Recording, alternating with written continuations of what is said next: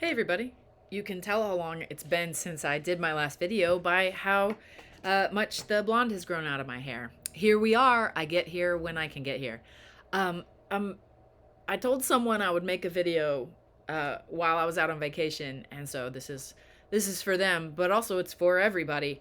And the reason I say it's for everybody is because I'm thinking about how we're all really suffering um, in similar ways from our cultural historical burdens. Um, and the thing I was talking to someone about today is the way that we have been taught as Westerners that our body is just a vehicle for our brains. Like you're a cake pop. It's just a stick, and everything that matters in here, and everything from here down doesn't matter at all. Um, and we have a deeper wisdom as Homo sapiens and animals, period.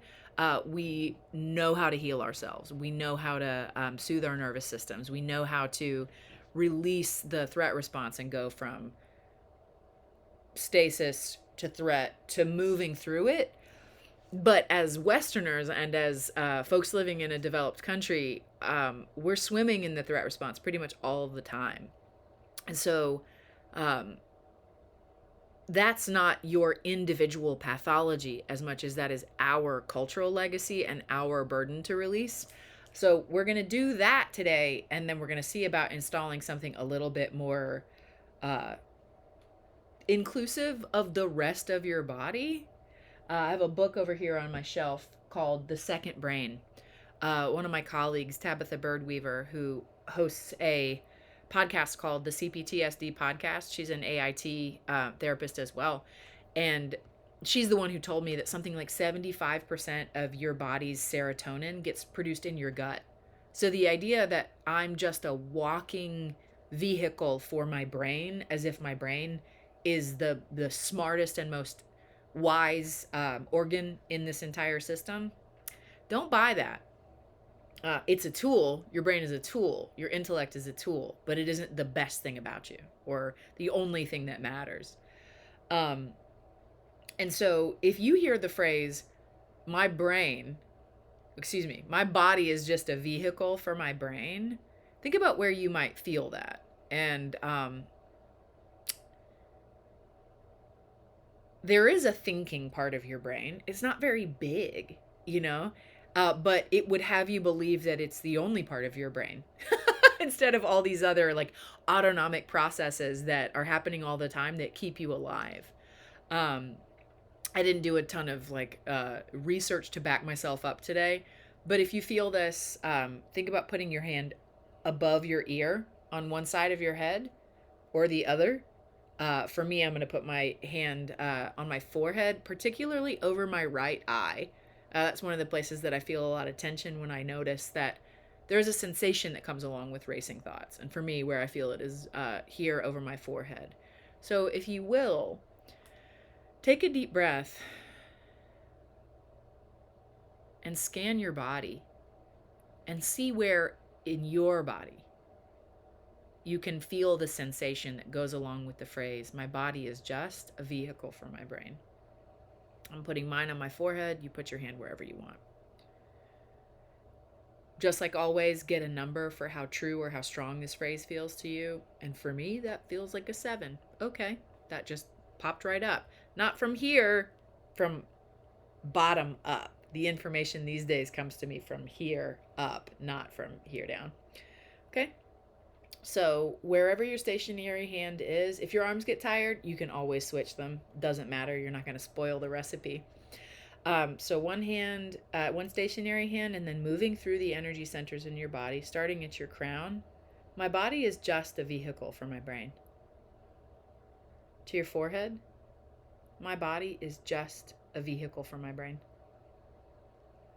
To your chin, my body is just a vehicle for my brain. To your throat, my body is just a vehicle for my brain. Your heart center, my body is just a vehicle for my brain. To your left heart, my body is just a vehicle for my brain. Your right heart, My body is just a vehicle for my brain. It's starting to sound a little more funny, like, and untrue. Okay, now to your solar plexus. My body is just a vehicle for my brain. Your belly button. My body is just a vehicle for my brain. To your pelvis in the center.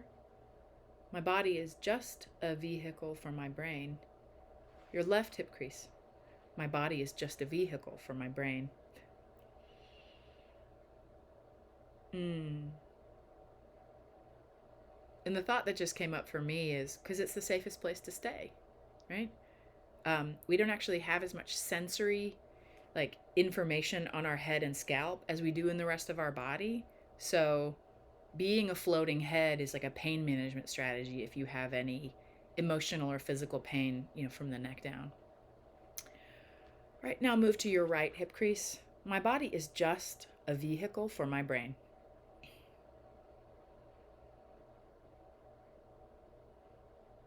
And now to your root at the base of your tailbone. Or you can just hover your hand over your lap. That works just as well. My body is just a vehicle for my brain. All right, take a big deep breath. Release your hands and check your number. If it still feels true,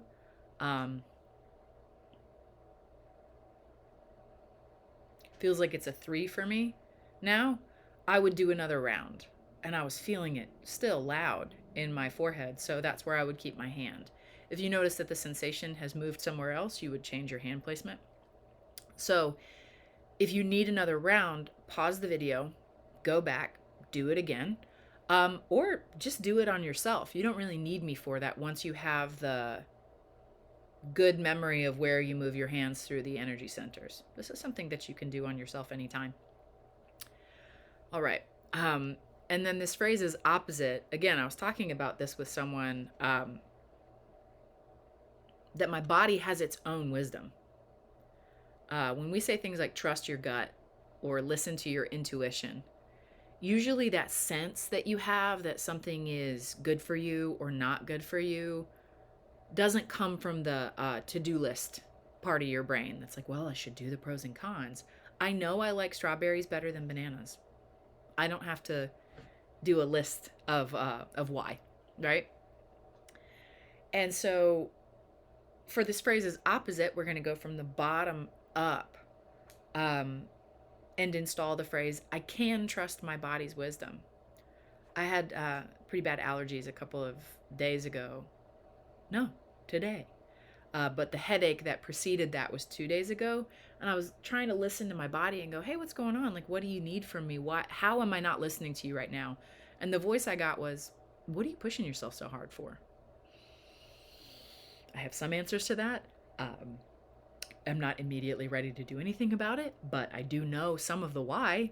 But it's like all I have to do is slow down and go, what are you trying to tell me? And my body these days, because I've trained myself to listen, because I want to be able to teach other people how to listen, I can hear what my body's trying to tell me a lot faster these days. And so originally when I said the phrase, I can trust my body's wisdom, I felt something in my solar plexus. That's like the seat of your own emotional power, your fiery emotions. Then I felt some sensation in my forehead. But now I'm going to put my hand on my low belly, the pelvis. The sacral chakra is associated with creativity. And not just the ability to create life, like where your reproductive organs are, but also things like artistic creativity. Anybody can do abstract art. The people that do it are the ones who go, I don't really know how it's going to end up looking. And I don't have to be good at it. I just know I have to make this for its own sake. That ability to trust and be creative does not come from the intellect. It comes from something deeper, the creative capacity that human beings have. So I'm going to put my hand at my pelvis, start my hand at my root. And again, we skip the hip creases when we're going from the bottom up because there's something significant about the number 11. So saying it 11 times. So one hand, your stationary hand, wherever you feel like you could stand to strengthen this up, going from the bottom up. I can trust my body's wisdom. I can trust my body's wisdom. Whoop. That was my hand at my pelvis. Okay, now to your belly button. I can trust my body's wisdom. Your solar plexus. I can trust my body's wisdom. Your center chest. I can trust my body's wisdom. Your left heart. I can trust my body's wisdom. Right heart. I can trust my body's wisdom. Your throat. I can trust my body's wisdom. Your chin. I can trust my body's wisdom. Your forehead. I can trust my body's wisdom. And then to your crown. I can trust my body's wisdom. Taking a big deep breath like you're filling up the space that you just created by releasing the negative core belief. And you can trust your body's wisdom to know what you need and what you don't need, what you like and what you don't like. But the cultural historical voices, or the story that like I need to push myself, success means being successful as defined by Western culture, without going too deep into that. We all suffer acutely from this idea, and I may start like a cultural historical trauma series on here as I come on this channel and add more videos when I'm able. But this one crossed my mind because you don't need anybody else to unlock your body's wisdom for you. You may need someone to teach you how to listen, but that's because we have been profoundly numbed out to the truth that we already have access to. Maybe the next time I hop on here, I'll talk about like what are the parts of your brain that send you these messages up to, basically the triangle between your center forehead and your two eyes, about 5 inches in front of you, is where, when we imagine something, and I'm like going between crossing my eyes, looking at my finger, and then looking back at you, we're telling ourselves a story, spinning a yarn all day long. So much so that we're not even often conscious or aware of the fact that that's what we're doing. But you got a lot more information in your body that's just waiting for you to get ready to receive it. And that includes turning the volume down on this chattering narrator, and turning the volume up by listening, by being aware. And when I say turning the volume down, I used to say this to my clients in substance abuse treatment all the time. There could be someone wise 3 doors down the hall going, hey, you're okay. You don't have to do that thing or change how you feel. You can just be with what's going on right now. But they're low talking 3 doors down. But if here in the room, I've got the like EDM sound of do it, just do it, just change how you feel, just escape yourself. It's not easy for me to hear the still small voice down that way because of how loud what's in the front. Changing your brain is possible. We believe that. Otherwise, I couldn't take anybody's money and say I didn't think that was true. I do. It's not easy, but it is simple. Listening to yourself as a concept is simple. Naming the racing thoughts as just thinking is simple. But that's not the same thing as easy. But if you're watching this video, then that means that the train has already left the station and you're interested in trying something new. So that's dope. Good for you. I'll be back when I can. I hope that this is helpful. Bye.